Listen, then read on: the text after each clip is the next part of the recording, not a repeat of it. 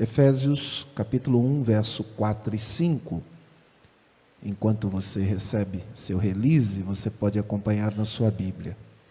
Assim como nos escolheu nele antes da fundação do mundo, para sermos santos e irrepreensíveis perante ele em amor. Nos predestinou para ele, para a adoção de filhos, por meio de Jesus Cristo, segundo o beneplácito da sua vontade. Amém? Hoje eu quero falar um pouquinho sobre vivendo com propósito.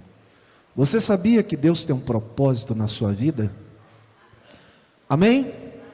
Você que está em casa, você sabia que Deus tem um propósito na sua vida? Existe um livro, inclusive os jovens estão usando no Upgrade, no encontro que eles têm semanalmente, que chama Uma Vida com Propósito, do autor Rick Warren, que escreveu também Liderança com Propósito, outros livros da série Uma Vida com Propósito. Esse livro foi escrito com um objetivo bem definido, ou seja, saber qual o propósito de Deus para a nossa vida. Talvez você já tenha lido, se não leu, é uma boa recomendação para que você leia. É um livro muito prático, ele é um best-seller, porque já vendeu muito livro, inclusive aqui no Brasil, e algumas igrejas acabam até usando para estabelecer um propósito com a igreja e fazer com que a igreja descubra qual venha a ser o propósito de Deus para a sua vida. Você sabe qual é o propósito de Deus para a sua vida? Você já o descobriu? Você tem a plena consciência que Deus tem um propósito e que você precisa entender e descobrir qual é esse propósito? Mais do que isso, você acha importante saber o propósito de Deus para a sua vida? Sim ou não? É muito importante. E essa é uma resposta que eu coloquei aqui, que é uma resposta que vale ouro.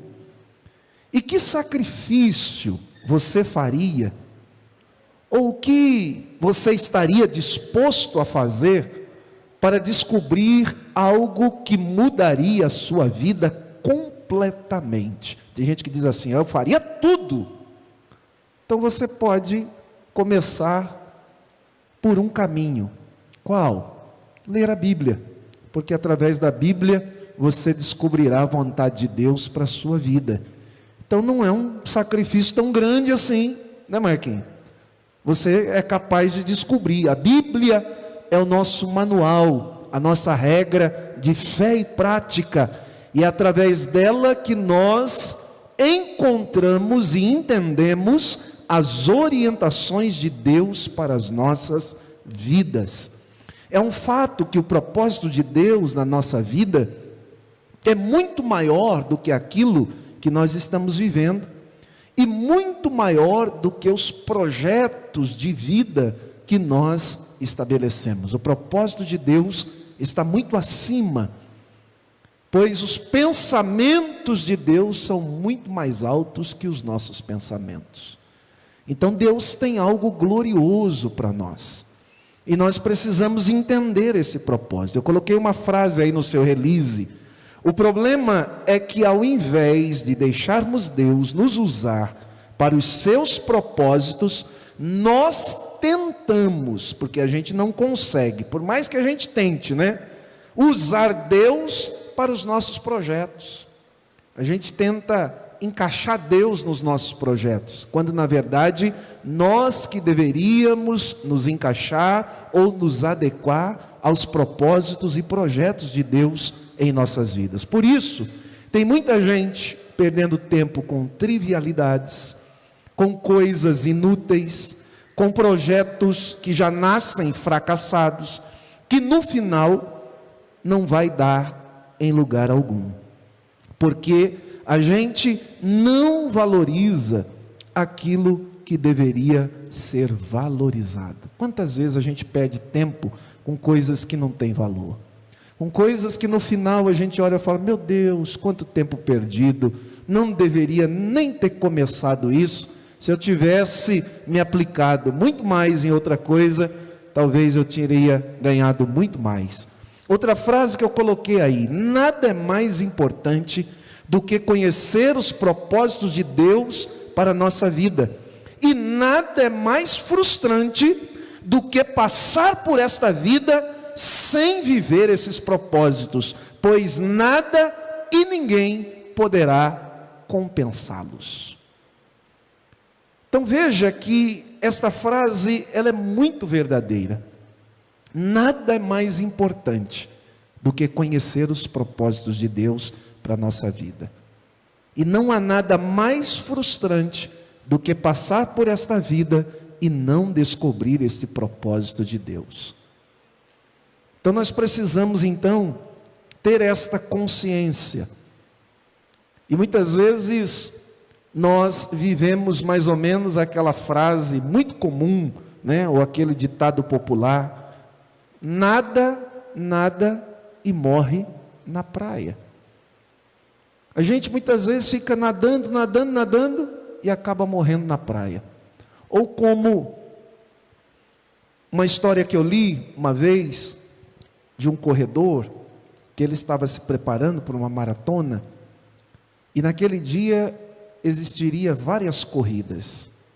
E ele então fez a sua inscrição, se preparou, se dedicou tanto ao preparo, que ele esqueceu de observar qual era o horário correto da sua corrida. E depois de se preparar tanto, de se abdicar de tantas coisas, ele foi então para o lugar da corrida e viu que as pessoas já estavam ali, e falou: nossa, está na hora da minha corrida. E foi para lá, foi para o pelotão de elite na frente e tal. E deu-se a largada e ele correu, saiu na frente de todos e conseguiu cumprir todo o trajeto até chegar na linha de chegada em primeiro lugar. Só que quando ele chega, achando que todo mundo estaria aplaudindo, né, o homenageando, e ele seria premiado, a frustração foi grande, porque ele descobriu que aquela não era a corrida dele, que a corrida dele seria a corrida próxima. Então ele se preparou tanto tempo, se desgastou tanto, mas na hora de correr, correu errado. E aquele outro que veio bem depois dele, estava na corrida certa, e foi aquele que ganhou e foi premiado. Imagine só a frustração, porque agora ele já não tinha mais condições nenhuma de correr a corrida que era dele, porque ele não observou que estava correndo a corrida errada. E tem muita gente fazendo isso, correndo a corrida errada, e muitas vezes de forma errada. E o tempo passa, os anos se vão, e quando muitas vezes essa pessoa vai olhar para trás, ela vai perceber que tudo aquilo que ela fez não teve valor nenhum, porque não estava correndo corretamente. E a Bíblia diz que existe uma carreira que nos está proposta, não é? E nós precisamos, como um atleta de Cristo, abrir mão de algumas coisas, abdicar de algumas coisas para corrermos de forma legítima. Então eu coloquei aí: você não é um acidente. Você já viu aquelas pessoas que acham que o mundo todo está contra ela ou contra ele? Que parece que essa pessoa, tudo que vive, tudo que faz é uma frustração, e muitas vezes ela acha que ninguém gosta dela ou dele, e nem Deus, na verdade, quer alguma coisa com esta pessoa. O profeta Isaías declara em seu livro uma verdade a esse respeito, como no texto em que eu li aqui de Efésios capítulo 1, dizendo que Deus nos escolheu antes mesmo da fundação do mundo, para um propósito. Aqui no texto de Paulo diz: para sermos santos e irrepreensíveis perante Ele em amor. E aqui Isaías 44:2, diz o texto: assim diz o Senhor que te criou. Ou seja, nós fomos formados pelo Senhor. Nós fomos criados pelo Senhor. E Ele diz mais: que te formou desde o ventre e que te ajudará. Não temas, servo meu. É claro que isso aqui é uma profecia histórica, quando está falando de Ciro, que seria levantado para libertar o povo, mas também dentro da profecia messiânica, nós temos aqui também um aspecto escatológico, onde Deus está falando com o seu povo, com a nação de Israel, tratando com ela, mas Deus nunca deixa de mencionar que aquele era um povo dele, um povo escolhido por ele, a despeito dos problemas que aquele povo tem, ou tinha, né? O que eu quero dizer com isso? É que nós precisamos entender que nós não somos um acidente da vida. Antes de conhecer a Cristo, pode ser que a nossa vida estava sem direção, sem destino. Mas a partir do momento que nós confessamos ao Senhor, como Senhor da nossa vida, como nosso Salvador, Ele passou a dar um norte em nossa vida. E nós passamos a ser filhos de Deus. E isso não é pouca coisa. Saiba disso, você é filho, você é filha de Deus, amado e amada de Deus. Isso não é pouca coisa, irmãos. Isso não é uma coisa sem importância. Diante deste mundo com bilhões de pessoas, existe uma pequena parcela que pode verdadeiramente se considerar filhos e filhas do Deus Altíssimo. Quando o evangelista João escreve no capítulo 1, lá no verso 11, 12, ele vai dizer bem claro: ele veio para o que era seu, vírgula, mas os seus não o receberam. Mas todos quanto o receberam, deu-lhes o direito ou o poder de serem feitos ou chamados filhos de Deus aos que creem no seu nome. Quantos aqui creem no nome de Jesus? Então você tem o direito de filiação. Nós somos filhos do nosso Deus. E veja que interessante, você está sob os cuidados de Deus, mesmo antes de você nascer. Deus já tinha um projeto na sua vida. Quando o texto de Paulo aos Efésios vai dizer que mesmo antes da fundação do mundo, Deus nos predestinou para Ele, para a adoção de filhos, por meio de Jesus Cristo, segundo o beneplácito da sua vontade. Ou seja, Deus tem uma vontade aqui, estabelecida, e dentro desta vontade, você faz parte dela. Amém? Coloquei uma frase aí: Deus não joga dados. Albert Einstein. Ou seja, Deus não trabalha com o acaso, com a sorte. Deus não lança dados, né, para poder então saber o que vai fazer, como fazer, e a sorte que cair é aquilo que... Não. Deus é Senhor de todas as coisas. Ele é Criador de todas as coisas. Todas as coisas só passaram a existir por causa dEle. Então há uma vontade soberana de Deus aí. 2. Deus não faz nada, confirmando esta frase, por acaso. Deus não trabalha com sorte ou com acaso. E você não é um acaso, um acidente.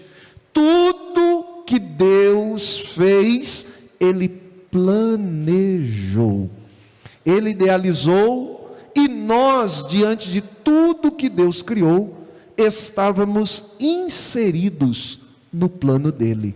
Eu e você fazemos parte do plano de Deus. Olha que coisa linda, que maravilha isso. Efésios 1, 3 a 6, volte lá um pouquinho no versículo. Ele diz: bendito Deus e Pai de nosso Senhor Jesus Cristo, que tem nos abençoado, ou que nos abençoou com toda sorte de bênção espiritual nas regiões celestiais em Cristo, assim como nos escolheu nele antes da fundação do mundo, para sermos santos e irrepreensíveis perante ele em amor. Nos predestinou para ele, para a adoção de filhos por meio de Jesus Cristo, segundo o beneplácito da sua vontade, para louvor da glória da sua graça, que ele nos concedeu gratuitamente no amado. Então veja, quando ele usa a expressão aqui, segundo o seu beneplácito, segundo a sua permissão, o seu consentimento, de acordo com a sua vontade, é que Deus fez tudo isso, para que nós, ao sermos criados e feitos filhos de Deus, pudéssemos então viver para louvor da sua glória, por meio da sua maravilhosa graça. Abra sua Bíblia no Salmo 139, e você vai ver que o salmista vai dizer que nós não somos frutos do acaso. Salmo 139, versículos de 1 a 5. Olha o que o salmista diz a respeito da onisciência e da onipotência de Deus. Senhor, tu me sondas e me conheces. Sabes quando me assento e quando me levanto. De longe penetras os meus pensamentos. Esquadrinha o meu andar e o meu deitar, e conhece todos os meus caminhos. Nós somos conhecidos de Deus e por Deus. Ainda a palavra não me chegou à língua, e tu, Senhor, já a conheces toda. Tu me cercas por trás e por diante, e sobre mim pões a mão, ou a tua mão. Versículo 14: graças te dou, visto que por modo assombrosamente maravilhoso me formastes. As tuas obras são admiráveis, e a minha alma o sabe muito bem. Os meus ossos não te foram encobertos, quando no oculto fui formado e entretecido, como nas profundezas da terra.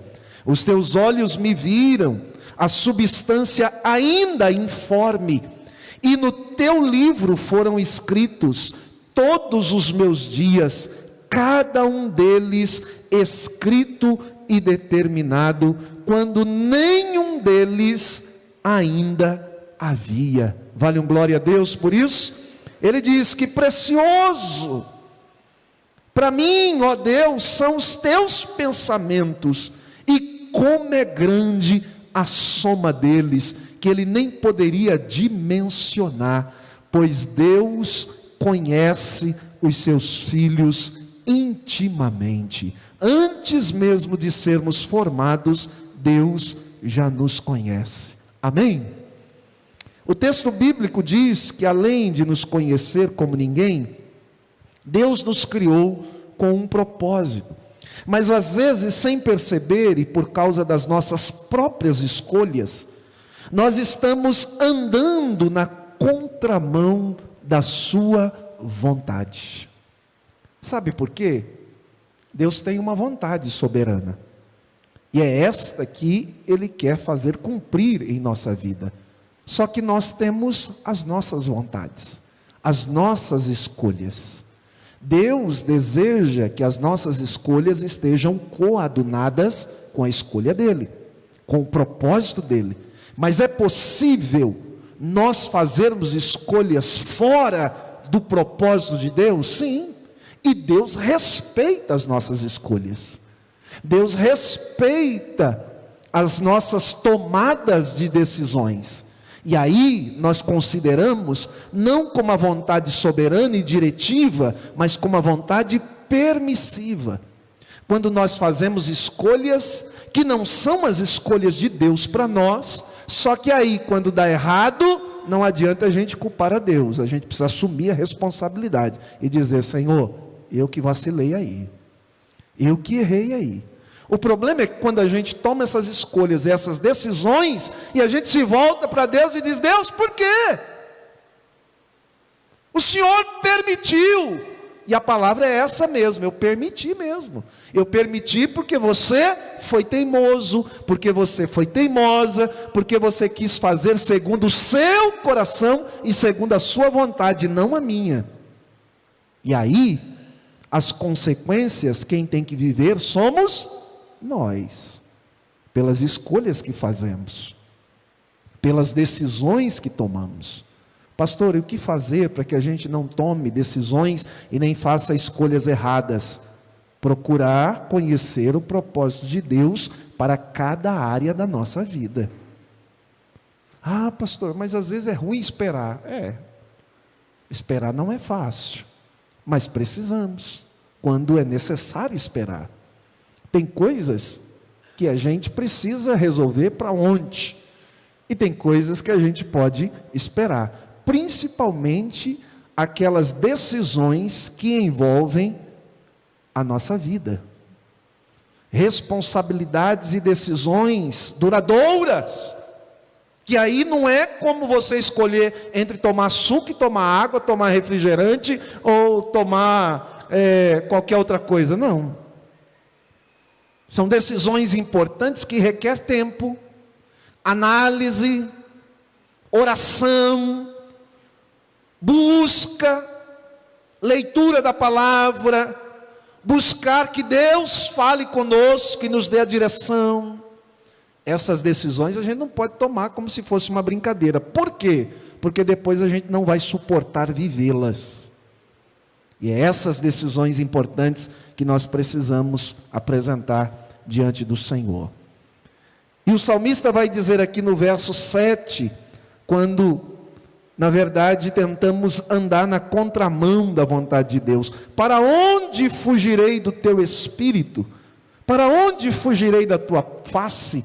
Ou seja, é uma pergunta que ele faz, mas na verdade tem muita gente fugindo mesmo da face de Deus, da direção de Deus, da vontade de Deus, mas depois quando tudo dá errado, aí sai correndo procurar Deus, e muitas vezes não vai adiantar.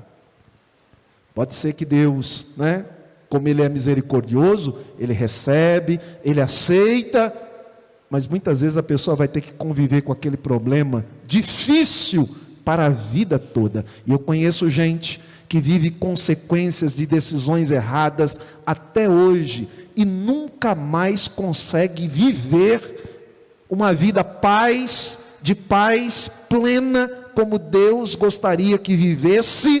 Por quê? Porque tomou decisões erradas e agora vai ter que conviver com elas. Casamentos precipitados, filhos antes do casamento, fora do casamento, atitudes e escolhas que têm consequências seríssimas.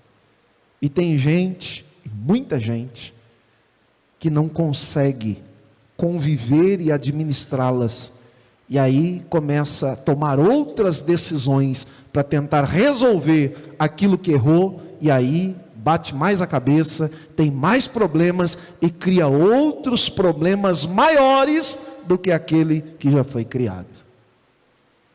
E isso é muito triste, porque por vezes a gente tenta aconselhar, a gente tenta orientar, a gente tenta ajudar, mas não vai.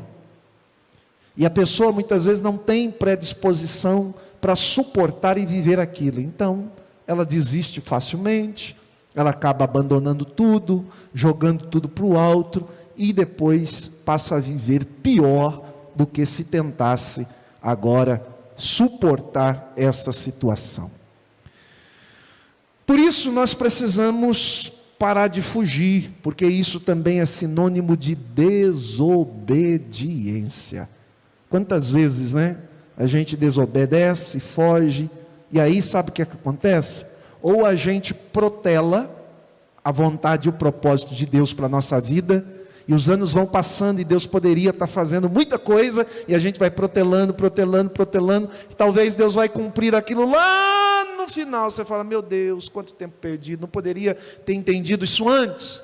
E tem aqueles que vão protelando e vão fazendo outras escolhas, vão fugindo e desobedecendo, e passa a vida e não conseguem viver o propósito de Deus. Aí tem gente hoje que está idoso e diz, se eu tivesse saúde, se eu tivesse tempo, se eu tivesse condições, agora eu serviria a Deus como deveria. Passou, filho, não volta mais. Não existe para os crentes reencarnação, para você vir numa outra vida e ser melhor. A única vida que você tem é essa. Então aproveite esta vida para viver a vontade de Deus, para viver os propósitos de Deus, porque você não tem outra vida a não ser a vida eterna. Mas vida como ser humano é só aqui, não tem reencarnação. Você não vai vir numa borboleta depois, né? Não vai vir num passarinho para cantar e viver alegre. Você não vai vir, né, num outro animal. Não. Tem gente que está até pensando, que animal eu veria, hein? Não, nem pense nisso. Não vem. É essa vida que Deus nos deu. Por isso, aproveitemos esta vida para fazer da nossa vida uma vida que glorifique e exalte ao Deus Todo-Poderoso. Tem muita gente perdendo tempo com tanta coisa, com tanta trivialidade nesta vida. Tem gente perdendo a sua família. Tem gente levando na brincadeira o Evangelho. Só que o tempo passa e a gente não consegue recuperar mais. Por isso nós precisamos fazer investimentos hoje de qualidade, para vivermos o melhor de Deus hoje. Quem quer viver o melhor de Deus hoje? Amém? Louvado seja o nome de Jesus. Seu nascimento não foi por acaso. A família que você nasceu não foi por acaso. Seus pais, o jeito que você nasceu, tudo está dentro de um plano de Deus. Porque Deus não trabalha com o acaso e nem comete erros. Às vezes achamos que nós somos um erro, um acidente da vida, não gostamos do cabelo, dos olhos, do corpo, da cor da pele, da família que pertencemos, e por isso não somos felizes conosco. Mas Deus é tão maravilhoso, que mesmo as coisas que para nós são ruins, Deus é poderoso para transformar em coisas boas para nossas vidas. Deus é capaz de fazer isso, de transformar situações adversas em situações favoráveis, para que Ele seja glorificado.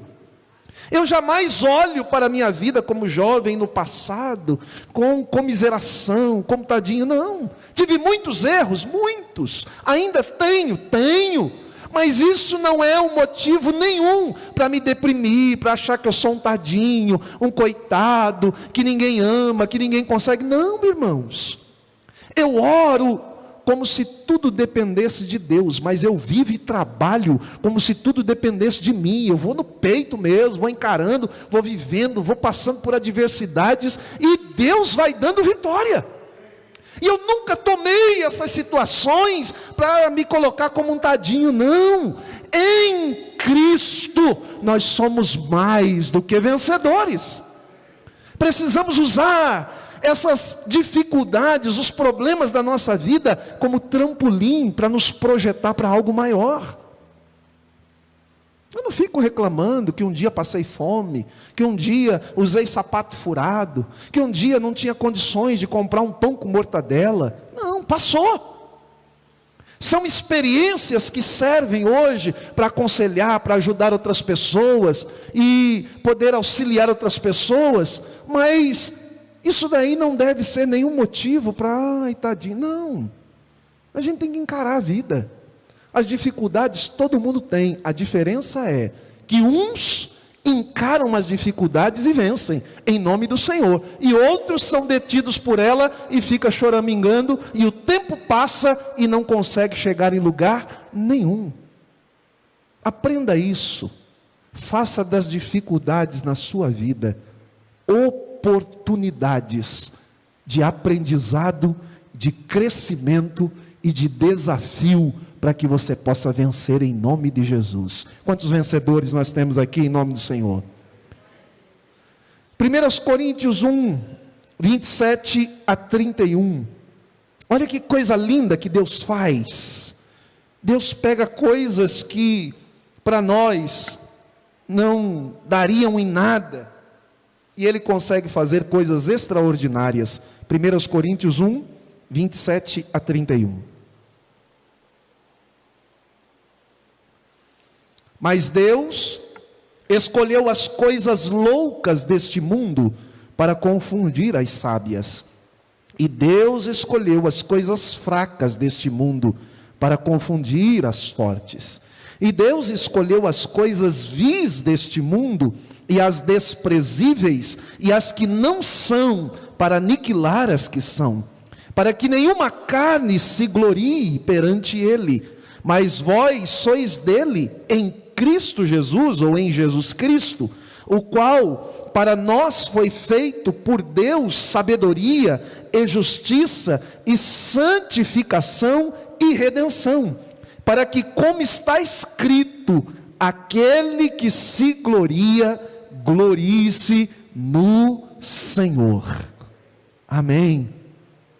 Dr. Augusto Cury, num dos seus livros, diz que nós precisamos parar de ser vítimas para sermos protagonistas da nossa própria história. Ele fala que essa questão de se fazer vítima é uma questão tão perniciosa, tão prejudicial por ser humano, que ele se considera alguém incapaz de vencer. Mas é ele que se auto-sabota. E se tem uma coisa que o ser humano mais faz consigo mesmo, é este auto-sabotamento. Ah, eu não consigo. Alguém já fala isso? Já perdeu, antes de começar. Às vezes até posso me considerar alguém incapaz, mas em nome de Jesus, eu vou superar isso. Eu vou vencer isso. Não é na minha força, mas na força que o Senhor nos dá. É Ele quem nos fortalece. Às vezes estamos numa empresa e tem tanta gente qualificada, tanta gente boa, aí a gente fala assim, puxa, olhando humanamente, eu não tenho espaço nesse lugar, não vou conseguir, mas em nome de Jesus eu vou vencer. E o tempo passa, daqui a pouco você está chefiando todo mundo. Aí você fala, meu Deus, é só o Senhor que pode fazer isso. Deus faz estas coisas. Agora, o que a gente também não pode é se vitimizar e cruzar o braço e se sentir coitado, tadinho e não fazer nada, irmãos. Não. Se tem uma coisa que Deus faz bem feito, é a parte dele. E ninguém pode questionar isso. Agora, nós precisamos fazer a nossa parte. Precisamos nos esforçar. Olha o que a Bíblia diz: esforça-te e eu te ajudo, te ajudarei. Agora, se a gente não se esforçar, dificilmente Deus nos ajuda. Por quê? A gente vai ficar com o braço cruzado, esperando, né? As coisas caírem do céu e a gente não faz nada, não se mobiliza em nada. Isso é prejudicial, é sabotador em nossas vidas. 3. Porque Deus nos criou. Eu acho que eu errei aí, faltou um S aí, pois Noah criou. Porque Ele nos ama. Guarda isso. Deus nos ama. João 3,16. Porque Deus amou, maior expressão, o mundo, a maior quantidade de pessoas, de tal maneira, sem explicação, que deu maior entrega, seu Filho, o melhor que ele tinha, unigênito, o mais perfeito, para todo, maior abrangência, maior inclusão, que nele crê, a maior fé, não pereça, maior segurança, mas tenha maior recompensa, a vida eterna, o maior presente. Porque Deus amou o mundo, as pessoas, de tal maneira, que deu o seu Filho unigênito, para todo aquele que nele crê não pereça, mas tenha a vida eterna. O amor faz parte da natureza e da essência de Deus. Ele é um dos elementos primordiais do caráter de Deus. Tanto que o apóstolo João, no capítulo 4, verso 8, diz que Deus é amor. Aqui fala da essência de Deus, do próprio caráter de Deus. Ainda no capítulo 4, verso 18, ele diz que no amor não há medo, pois o verdadeiro amor lança todo medo fora. Diga para alguém aí: meu irmão, não tenha medo, porque o verdadeiro amor lança todo medo fora. E nós precisamos confiar neste amor de Deus e sermos desafiados por esse amor de Deus. Quarto, Deus é o ponto de referência para todos nós. Ele é o nosso ponto de partida. Se Deus nos criou com um propósito, se Ele tem um plano em nossas vidas, somente Ele pode nos dizer e revelar qual é esse propósito. Então, em Deus nós descobrimos este propósito. Cabe a cada um de nós buscar a Deus em oração e descobrir este propósito. O problema é que muitas vezes a gente quer que o propósito venha num pacotinho prontinho e diz: é assim, meu filho. Mas é interessante que no trabalhar de Deus, este propósito é descoberto dia a dia. É como você garimpar e procurar uma mina. Todo dia você tem que buscar um pouquinho, limpar um pouquinho, garimpar um pouco mais, aprofundar um pouco mais, cavar um pouco mais, para ir descobrindo este propósito que Deus tem revelado àqueles que o buscam. O profeta Jeremias diz em Jeremias 33:3: clama a mim e responder-te-ei, e anunciar-te-ei coisas grandes e firmes que não sabes. Se não houvesse Deus por trás de tudo que existe, nós poderíamos concordar que tudo é obra do acaso, mas não é. Mas Deus, com a sua mente inteligente, quer nos revelar a sua vontade. Romanos 1:18-22 diz que os homens são inexcusáveis, que não há desculpa para dizer que não conhece a Deus, pois Deus é um Deus que se revela. Abra sua Bíblia em Romanos 1. Romanos capítulo 1, versículo 18 em diante. A ira de Deus se revela do céu contra toda impiedade e perversão dos homens que detêm a verdade pela injustiça. Porquanto o que de Deus se pode conhecer, está dizendo que nós podemos conhecer a Deus. O que de Deus se pode conhecer é manifesto entre eles, porque Deus lhes manifestou. A palavra faneros, revelar, fazer aparecer, fazer conhecer, porque os atributos invisíveis de Deus, assim o seu eterno poder, como também a sua própria divindade, claramente se conhecem, desde o princípio do mundo, sendo percebidos por meio das coisas que foram criadas. Tais homens são, por isso, indesculpáveis, porquanto tendo conhecimento de Deus, não o glorificaram como Deus, nem lhe deram graças. E daí o texto vai falar daqueles que praticam as coisas erradas, pervertendo aquilo que Deus criou e fez de bom. Então é importante nós entendermos que Deus se revela, Deus se faz conhecer, Deus se faz revelar, Deus revela a sua vontade e o seu propósito para aqueles que o buscam. Abra aí a sua Bíblia em Colossenses 1, carta de Paulo, Colossenses, capítulo 1.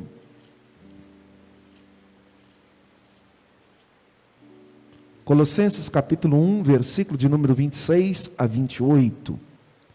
Os mistérios que estiveram ocultos nos séculos e das gerações passadas, agora, todavia, se manifestou aos seus santos. Olha aí Deus se revelando, aos quais Deus quis dar a conhecer qual seja a riqueza da sua glória, deste mistério entre os gentios, isto é, Cristo em vós, esperança da glória, o qual nós anunciamos, advertindo a todo homem e ensinando a todo homem toda a sabedoria, a fim de que apresentemos todo homem perfeito em Cristo. Deus revelando os seus mistérios. Capítulo 2, verso de 1 a 3. Gostaria, pois, que soubesseis, diz Paulo, quão grande luta venho mantendo por vós, pelos laudicenses e por quantos não viram face a face, para que o coração deles sejam confortados e vinculados juntamente em amor, e eles tenham toda a riqueza da forte convicção do entendimento, para compreenderem plenamente os mistérios de Deus, Cristo, em quem todos os tesouros da sabedoria e do conhecimento estão ocultos. Você quer descobrir os mistérios da sabedoria, os mistérios da ciência, os mistérios de Deus, todos eles estão ocultos em Cristo. E à medida que a gente conhece a Cristo, esses mistérios são revelados a nós.